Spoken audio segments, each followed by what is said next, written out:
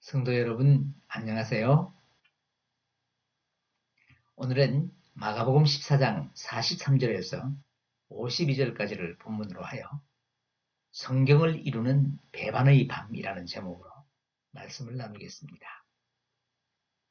어떤 사상이나 생각을 굳게 믿으며 그것을 실현하려는 의지를 신념이라고 하는데, 이 신념은 개인의 삶의 목표와 방향을 결정해 주기 때문에 삶의 중요한 요소 중에 하나라고 할 수 있습니다. 그 신념이 무엇인지 구체적으로 설명할 수 없다고 하더라도 사람들은 자신만의 어떤 신념에 의해서 살아가는 것입니다.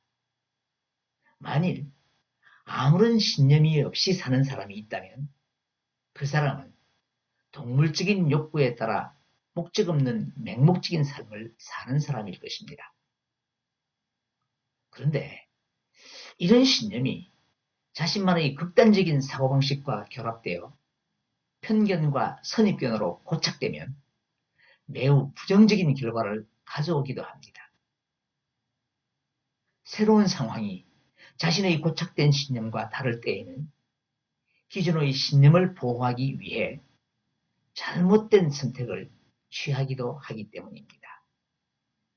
그래서 철학자 니체는 신념을 가진 사람이 가장 무섭다.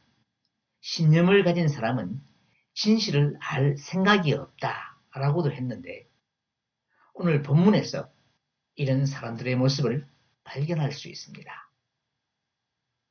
본문에 등장하는 제자들과 예수님을 체포하러 온 무리, 그리고 그들을 파송한 사내들인 공의의 회원들, 즉 대제사장과 서기관들과 장로들이 바로 그러한 사람들입니다.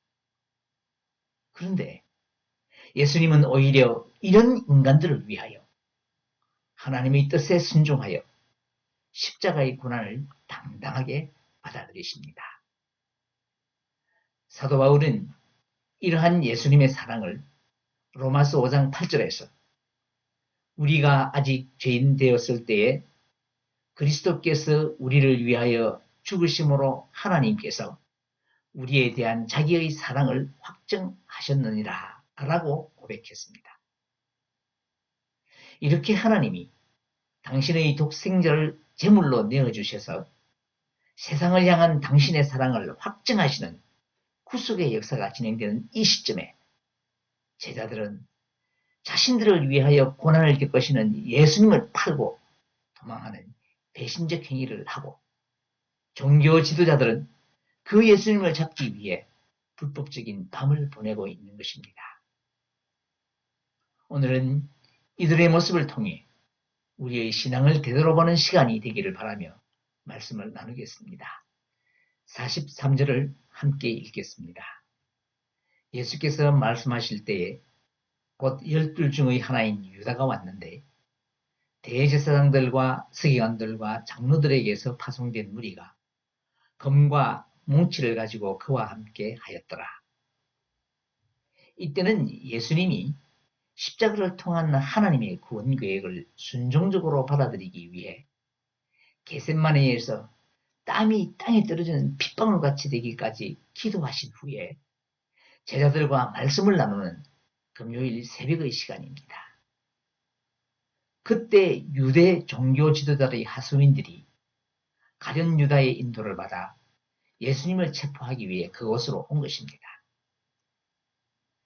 가룟 유다는 마지막 유월절 만찬을 하는 도중에 예수님이 떡 한 조각을 주시며 자신의 배반을 예고하자 슬그머니 나가서 10절, 11절에서 대제사장들과 이미 맺어놓은 예수님을 넘겨주려는 약속을 서둘러서 실행에 옮긴 것입니다. 본문에서 12 중의 하나인 유다라는 표현이 참 가슴이 아픕니다. 왜냐하면 12은 예수님이 가장 사랑하고 친밀하게 함께했던 제자들을 가리키기 때문입니다. 예수님은 사역 초기에 그들에게 권능을 주셔서 이적도 행할 수 있게 할 만큼 그들을 신뢰하셨습니다. 마태복음 10장 1절을 함께 읽겠습니다. 예수께서 그의 12제자를 부르사 더러운 귀신을 쫓아내며 모든 병과 모든 약한 것을 고치는 권능을 주시니라. 이런 사랑을 받은 그들 중에 하나인 유다가 가정스럽게도 예수님을 팔아넘긴 것입니다. 유다는 제자 공동체의 회개를 담당할 정도로 학식이 있고 똑똑한 사람이었으며 예수님으로부터 많은 용서도 받았던 사람입니다. 회개 부정을 저질렀을 때도 주님은 정죄하지 아니하고 회개하고 돌아오기를 기다리셨습니다. 얼마 전에는 세족식을 통하여 예수님의 사랑도 직접 체험했습니다. 그런 자가 예수님을 배반한 것입니다. 그 이유는 앞서 말씀드린 바와 같이 가룟 유다를 비롯한 제자들은 자신들의 엉뚱한 신념에 사로잡혀 있었기 때문입니다. 그들은 예수님을 정치적인 메시아로 기대하고 예수님이 세상의 임금이 되셔서 새로운 세상을 이룬다는 신념으로 3년 동안 예수님을 추종하고 있었던 것입니다. 그런데 그들의 기대와 신념과는 전혀 다른 상황이 펼쳐진 것입니다. 예수님이 십자가에서 죽을 것이라는 사실에 그들의 신념이 무너져 버린 것입니다. 44절, 45절을 함께 읽겠습니다. 예수를 파는 자가 이미 그들과 군호를 짜 이르되 내가 입 맞추는 자가 그이니 그를 잡아 단단히 끌어가라 하였는지라. 이에 와서 곧 예수께 나와 랍비어 하고 입을 맞추니. 원래 입을 맞추는 행위는 가장 친밀한 애정의 표시로 유대 사회에서 제자가 스승을 존경하는 의미로 하는 매우 일반적인 인사였습니다. 유다는 그 인사를 신호로 예수님이 누구인지를 알려서 그를 끌어가라고 합니다. 이미 대중에게 잘 알려진 예수님을 잡기 위해 이렇게 군호를 짤 필요가 있겠는가 하는 의문이 있지만 예수님을 체포하기 위해 급조된 병사들 중에는 예수님을 모르는 자도 있었을 것이고 캄캄한 밤에 어두워서 얼굴을 식별하기 어려웠기 때문일 것입니다. 이렇게 유다는 존경과 사랑을 표시하는 입맞춤을 배반과 살인의 가증한 수책으로 사용한 것입니다. 특히 본문에서 입을 맞추니라고 할 때에 사용된 헬라어는 카테필레셀인데 이 단어의 원형인 카타필레오는 연달아 차례로라는 뜻의 접두어 카타와 사랑하다, 입맞추다라는 뜻의 필레오가 합성된 단어로 반복적으로 여러 차례 입을 맞추다라는 의미입니다. 그러므로 유다가 예수님께 입을 맞춘 것이 한 번이 아니라 자신의 배반을 숨기려고 거짓된 애정의 입맞춤을 여러 번 반복한 것입니다. 솔로몬은 이와 같은 행위를 잠언 27장 6절에서 이렇게 표현했습니다. 친구의 아픈 책망은 충직으로 말미암는 것이나 원수의 잦은 입맞춤은 거짓에서 난 것이니라. 이 말씀처럼 유다는 거짓된 여러 번의 입맞춤으로 자신의 배반을 숨기려 했지만 예수님은 그의 비열함과 거짓된 모습을 아시고 유다에게 말씀하십니다. 누가복음 22장 48절입니다. 함께 읽겠습니다. 유다야, 내가 입맞춤으로 인자를 파느냐 하시니. 예수님은 자신을 팔기 위해 다가오는 유다를 향해 친히 그 이름을 부르시며 인자를 파느냐라고 책망하셨습니다. 이것은 그 순간까지도 그의 영혼을 불쌍히 여기시고 돌아오기를 기다리시는 주님의 애틋한 마음을 잘 나타내고 있는 것입니다. 사랑하는 여러분, 연약한 우리는 언제든지 가룟 유다와 같은 배반자가 될 수 있음을 기억해야 합니다. 삶의 순간에 수없이 많은 거짓으로 주님을 배반해 왔고 앞으로도 걸어갈 것입니다. 하지만 그때마다 주님은 우리의 이름을 부르시는 분이십니다. 그 음성을 듣고 돌이킬 수 있도록 기도하며 영성이 깨어있는 저와 여러분이 되기를 바랍니다. 46절에서 48절까지 함께 읽겠습니다. 그들이 예수께 손을 대어 잡거늘 곁에 서 있는 자 중의 한 사람이 칼을 빼어 대제사장의 종을 쳐 그 귀를 떨어뜨리니라. 예수께서 무리에게 말씀하여 이르시되 너희가 강도를 잡는 것 같이 검과 뭉치를 가지고 나를 잡으러 나왔느냐. 본문에서는 예수님이 체포당하는 것을 예수께 손을 대어 잡거늘이라고 간단하게 표현했지만 병행구질인 요한복음 18장에서는 체포 과정에 있었던 일을 아주 상세히 기록하고 있습니다. 예수님은 자신을 잡으러 온 무리에게 너희가 누구를 찾느냐라고 물으셨고 그들은 나사렛 예수라고 대답합니다. 그러자 예수님은 내가 그니라 라고 대답하셨는데 이 말씀의 헬라어 원문은 에고 에이미입니다. 예수님은 이와 같은 대답을 요한복음 4장 26절에서 사마리아 여인과 대화하실 때 자신이 오실 그리스도라는 의미로 사용하셨고 요한복음 8장 23절에서는 논쟁하던 유대인들에게 자신이 하늘에서 내려온 자이며 십자가에서 죽을 것이라고 예언하실 때도 사용하셨습니다. 그리고 이 표현은 구약 성경에서 모세가 하나님의 이름을 묻자 하나님이 모세에게 나는 스스로 있는 자라고 말씀하셨는데 이 말씀의 히브리 원문인 에흐예, 아스에르 에흐예와 아주 흡사한 헬라어 표현입니다.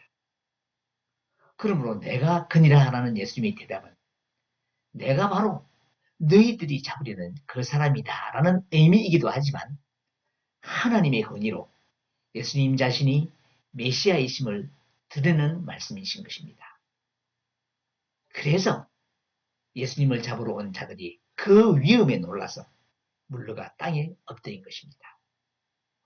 그러자 예수님은 다시 누구를 찾느냐라고 물으셨고 그들은 또다시 나사렛 예수라라고 대답을 합니다. 그러자 예수님이 말씀하십니다. 요한복음 18장 8절입니다. 함께 읽겠습니다. 예수께서 대답하시되 너희에게 내가 그니라 하였으니 나를 찾거든 이 사람들이 가는 것을 용납하라 하시니 위기의 순간에서까지도 수시로 배반하는 제자들의 안위를 걱정하시는 주님의 사랑이 잘 나타나 있습니다. 지금 주님은 이런 사랑으로 인간을 죄에서 구원하기 위해 하나님의 섭리에 따라 십자가의 길로 향하고 있는데 제자들은 아직도 그들의 집념에서 벗어나지 못한 것입니다. 그래서 제자 중에 한 사람이 칼을 휘둘러 대제사장의 종의 길을 잘랐습니다. 본문에서는 칼을 휘두른 자와 귀가 떨어진 종의 이름을 밝히지 않았지만 요한복음 18장 10절에서는 구체적으로 명시하고 있습니다. 함께 읽겠습니다.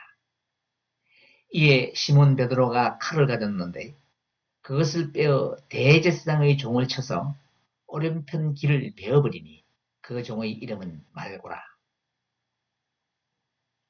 제자들은 이 일이 일어나기 직전까지 예수님이 하신 기도를 들었습니다. 하지만 그들은 영적인 무지로 인하여 예수님을 통하여 세상을 구원하시려는 하나님의 계획을 알지 못하고 자신들의 집념을 이루기 위해 칼을 사용한 것입니다. 그러나 주님은 그것을 용납하지 않으셨습니다. 누가복음 22장 51절입니다. 예수께서 일러 이르시되 이것까지 참으라 하시고 그 귀를 만져 낫게 하시더라. 말고의 귀를 낫게 하신 후에 예수님이 무리를 향하여 강도를 잡는 것 같이라고 말씀하셨습니다.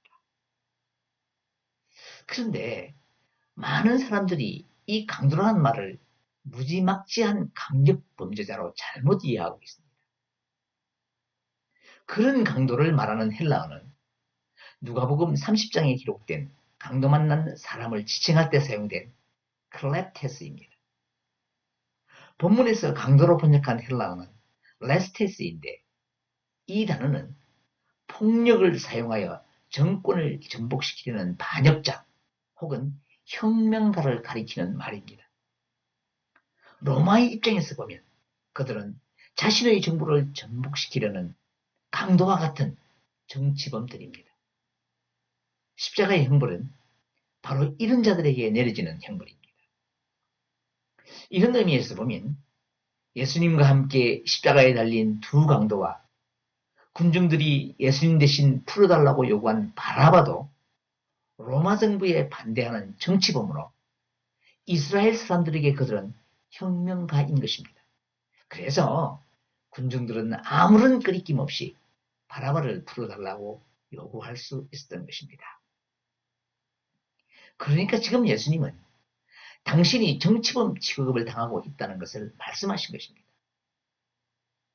예수님이 이루시려는 하나님 나라는 정치적인 혁명으로 이루어지는 것이 아니라 당신의 대속적 죽음으로 말미암는 것이며 그것을 위하여 주님이 이 땅에 오신 것입니다. 그런데 베드로는 칼을 휘둘러 예수님이 정치적 반역자라는 것을 기정사실로 만들어버린 것입니다.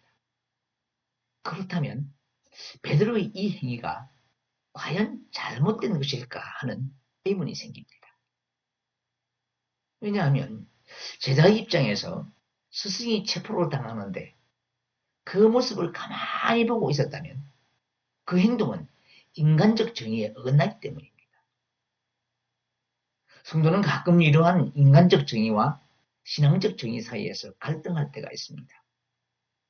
이 갈등을 해결하기 위해서는 하나님의 뜻을 구별할 수 있도록 영적으로 깨어 있어야 합니다.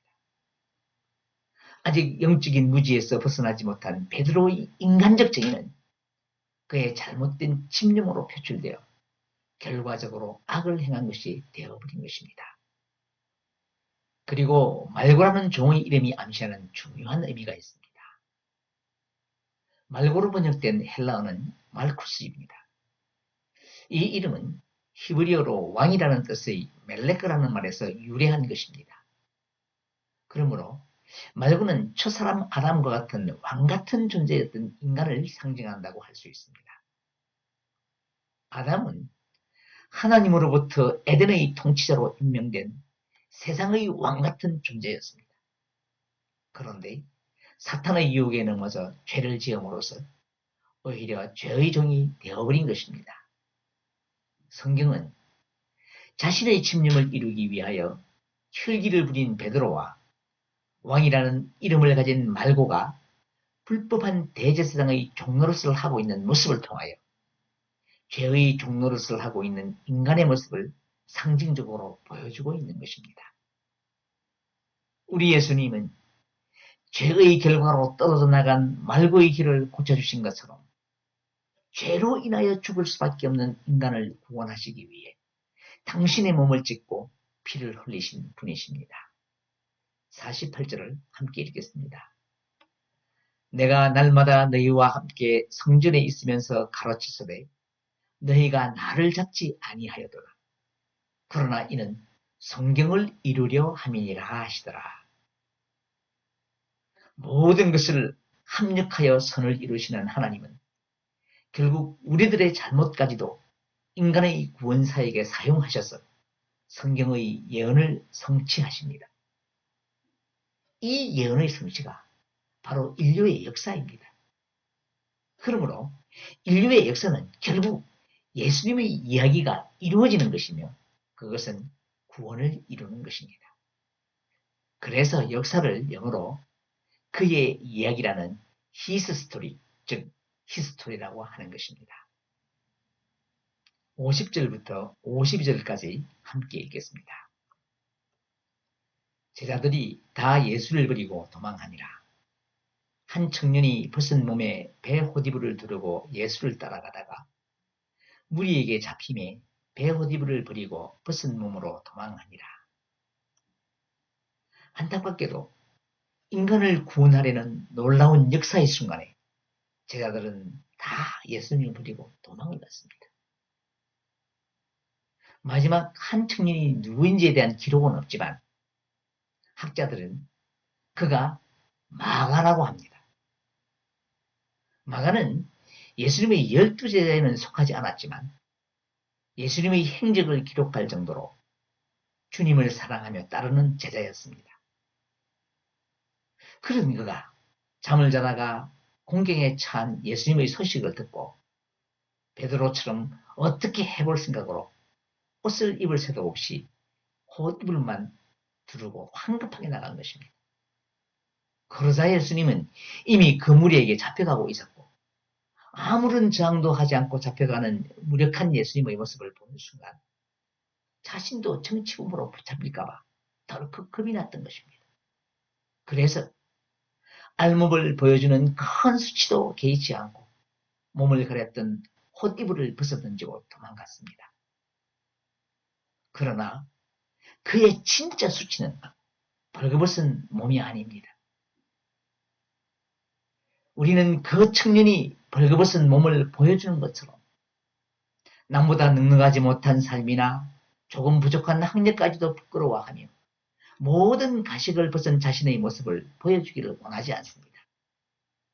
하지만 진짜 수치는 그 벌거벗은 몸이 아니라 주님의 십자가의 일을 외면한 것입니다. 이것이 성도의 가장 큰 수치입니다. 그러므로 성도는 십자가의 수치를 감당하는 삶을 통해 성경을 이루는 도구가 되어야 하는 것입니다. 이제 말씀을 맺겠습니다. 가룟 유다와 제자들은 3년 동안 예수님과 동고동락하며 가르침을 받았지만 자신들의 집념에 집착한 나머지 그 가르침을 이해하지 못하고 주님을 배반했습니다. 그리고 대제사장들과 서기관과 장로들은 그들이 공부한 율법과 박식한 성경 지식을 예수님을 잡아 죽이는 율법과 검과 몽치로 사용하며 무엇이 수치인지도 알지 못했습니다.